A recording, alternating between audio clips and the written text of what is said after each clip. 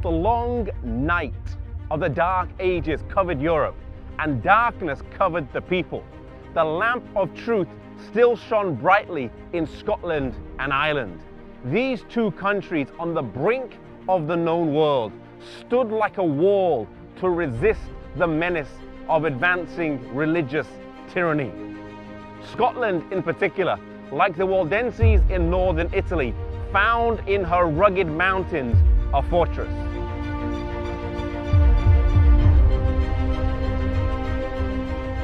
Iona is an isolated island that has become famous in Christian history. It became a central point to the Celtic Church for many centuries, preserving true biblical faith, teaching, educating, and sending out missionaries. The story of Iona starts with a man by the name of Columba, who was actually from Ireland and was born of royal descent. He lived in Ireland and worked there till the age of 32. And from the ages of 25 to 32, he is credited with raising up over 300 churches.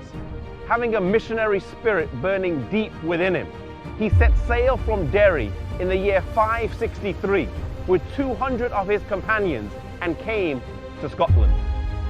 They landed here in Iona, just off the coast of the Isle of Mull, in this bay, which is today named Columbus Bay. Despite finding a windswept and barren island, they built houses, planted crops, and founded a Christian school which would later attain the highest reputation for the pursuit of biblical study and science. The students had a well-rounded education, and in addition to their classes, they would spend time in physical labor, in gardening, in baking, in farming, and in prayer and singing. The students would frequently have to spend 18 years of study before they were ordained for the gospel ministry. It was not a monastery and they were not monks. It was a great mission training institute.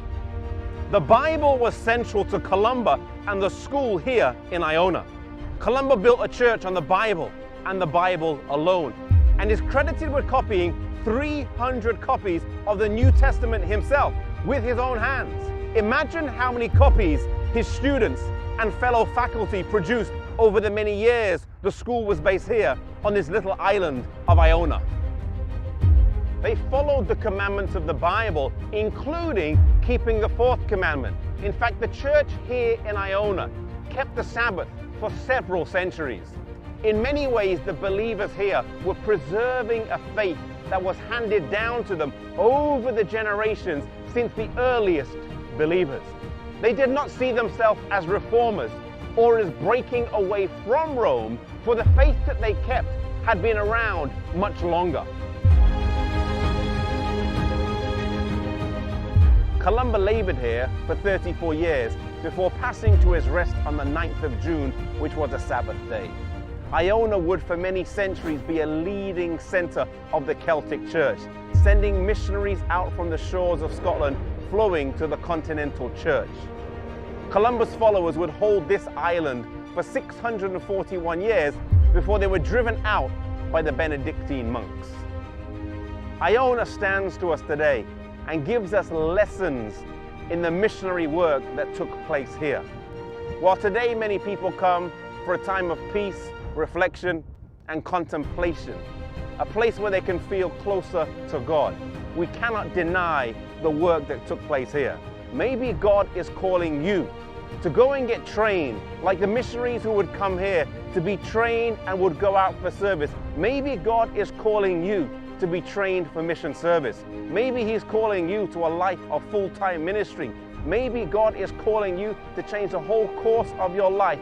And if God is calling you, harden not your heart and follow the Lord's leading.